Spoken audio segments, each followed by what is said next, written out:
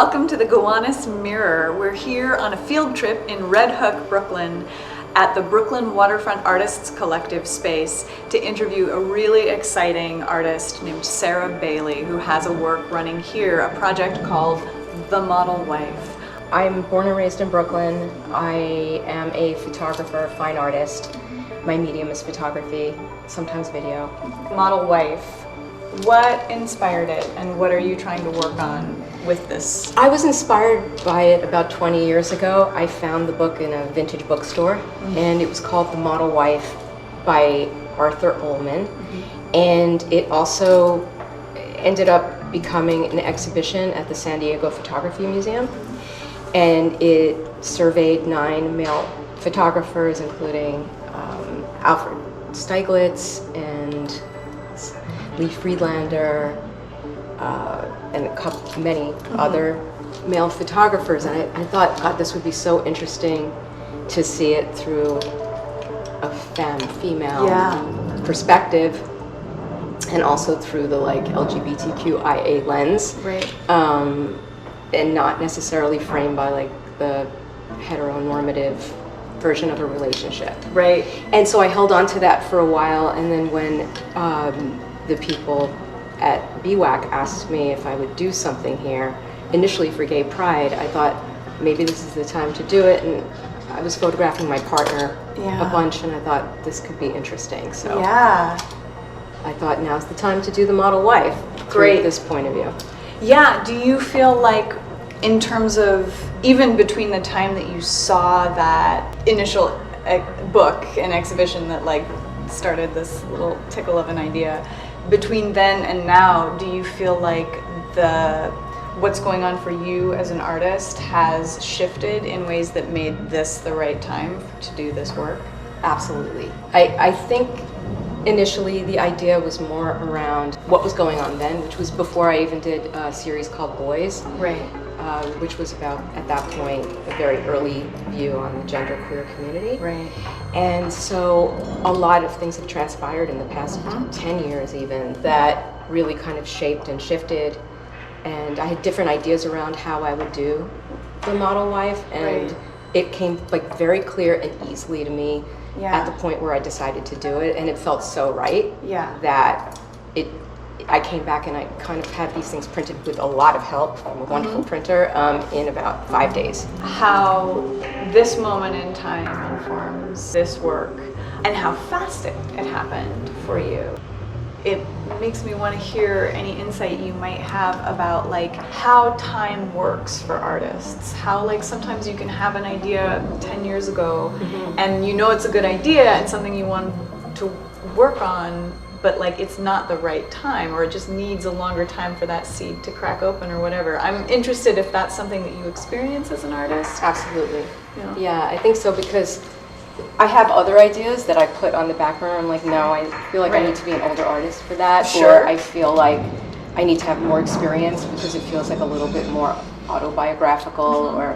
But this specifically, I think it's also because of the relationship I'm in now, which feels like it's real and what I feel like is a really perfect partnership for me. So it felt organic to that, and I think that's why for this specific series it felt like the timing was right. But I do think that there are moments where the timing is wrong, and sometimes you ignore that and you try and you do what you can because it's an idea and you're inspired and driven and you're on fire for it. But then the world is not ready for it. And I think that's happened to me a lot. Well, and it seems like with this exhibit now, you that fire caught, right? You found the moment for it, and now it's alight. Absolutely, and it's definitely still a work in progress.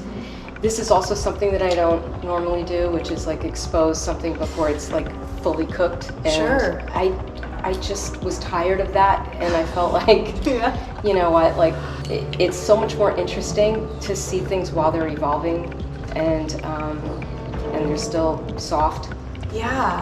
I guess I could say, just in terms of what I used in terms of the medium, it's all film.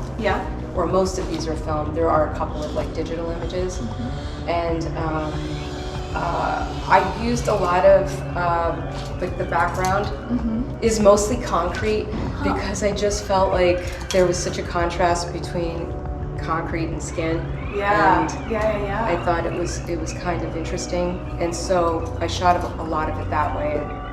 Some of them are more formally constructed than others, but for the most part, we set these up. Like, you know, I would say, okay, let's do something. So it's not impromptu, Right. or documentary at all.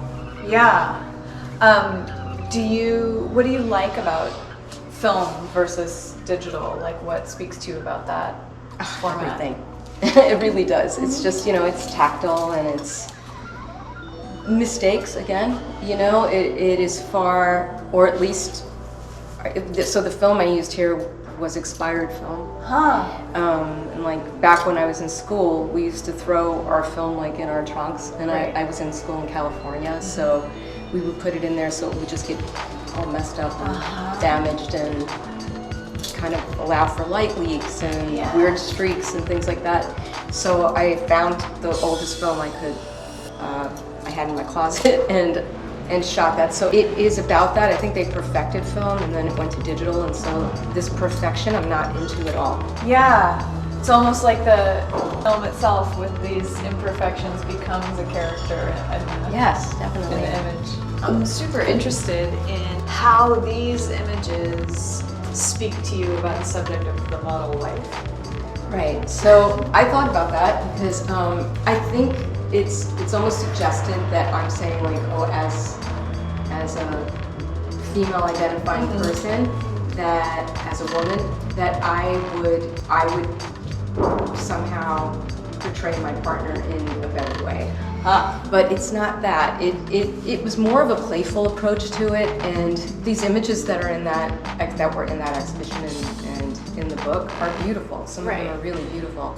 I just think I found it interesting that it was only perceived through like a cis male, cis female point of view, and so I thought it would, and there are layers of differences to someone like me versus a cis male. Right.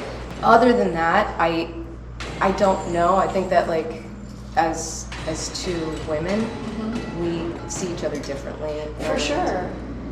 And the perception's a little bit different and softer somehow. I mean, I could get like, you know, people may say, oh, whatever, you know, it's not true, but I think it is, for me at least. This side of the wall is their self-portraits.